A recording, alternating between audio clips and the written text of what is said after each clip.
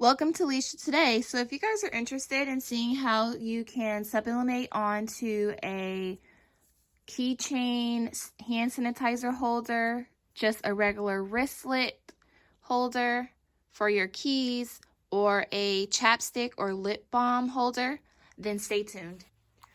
All right, so the first thing that you're going to want to do is you want to measure each one of your pieces here so that you know what size to make your designs. And then make sure when you do measure them, when you make your design, make it a little bit wider so that you have kind of like some bleed area just to make sure you get full coverage. Anyways, these will be great items to add to your shop once you personalize them if you guys are selling these. So once you get your measurements, then you'll move on to your design, and then we'll get into just how to sublimate them, but I'm going to show you the designing process just really quickly. So I have finished designing all of my backgrounds. So I'm going to go ahead and print them out. Okay, so while I'm waiting for the design to print, I'm going to set up my HTV Ron auto heat press. So I'm going to start by turning it on, and the settings for all of these will be as followed. We're going to put it on 40 seconds for the time, and then for the temperature, we're going to put the temperature at 380, which is already at, which is fine, so we'll leave that there, and then we're going to wait for that to heat up. All right, so I have my design printed out, and I'm just going to go ahead and trim it all up here with my paper trimmer. All right, so let me show you guys how these are kind of made a little bit differently so you guys know how to put the sublimation print on. So for these, it doesn't have anything towards the bottom.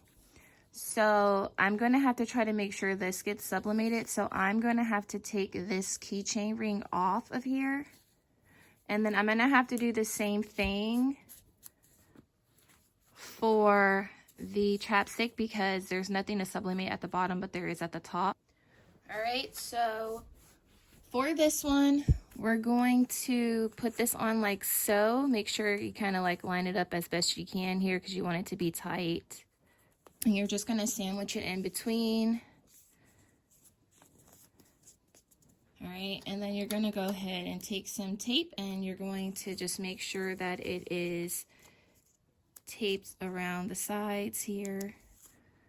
Okay, so I'm going to tape it more down the side on that one. I'll show you guys when it's done. But then this one, you're going to flip it, and you're going to have it go like this.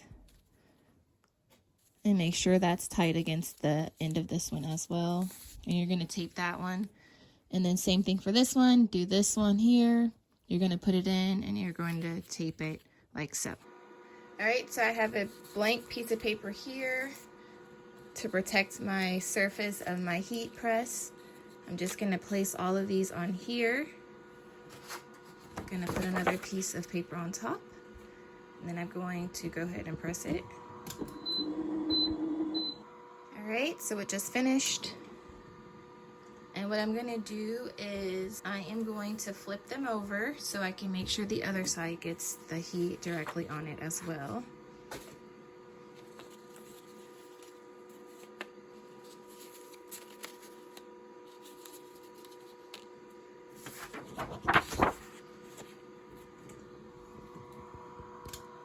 And then I'm going to press it again for another 40 seconds. All right, so make sure you have your gloves on to protect your hands from the heat.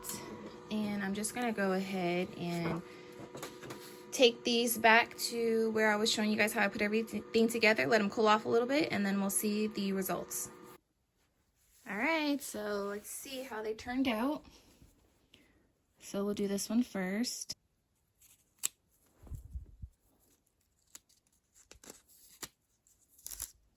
Oh, that turned out super cute. Okay, so there's that one. Oh yeah, that turned out so good. Okay, and then the last middle here. So just gonna get some water to get that off. All right, and look at that, it looks good at the bottom. And then these look good at the top.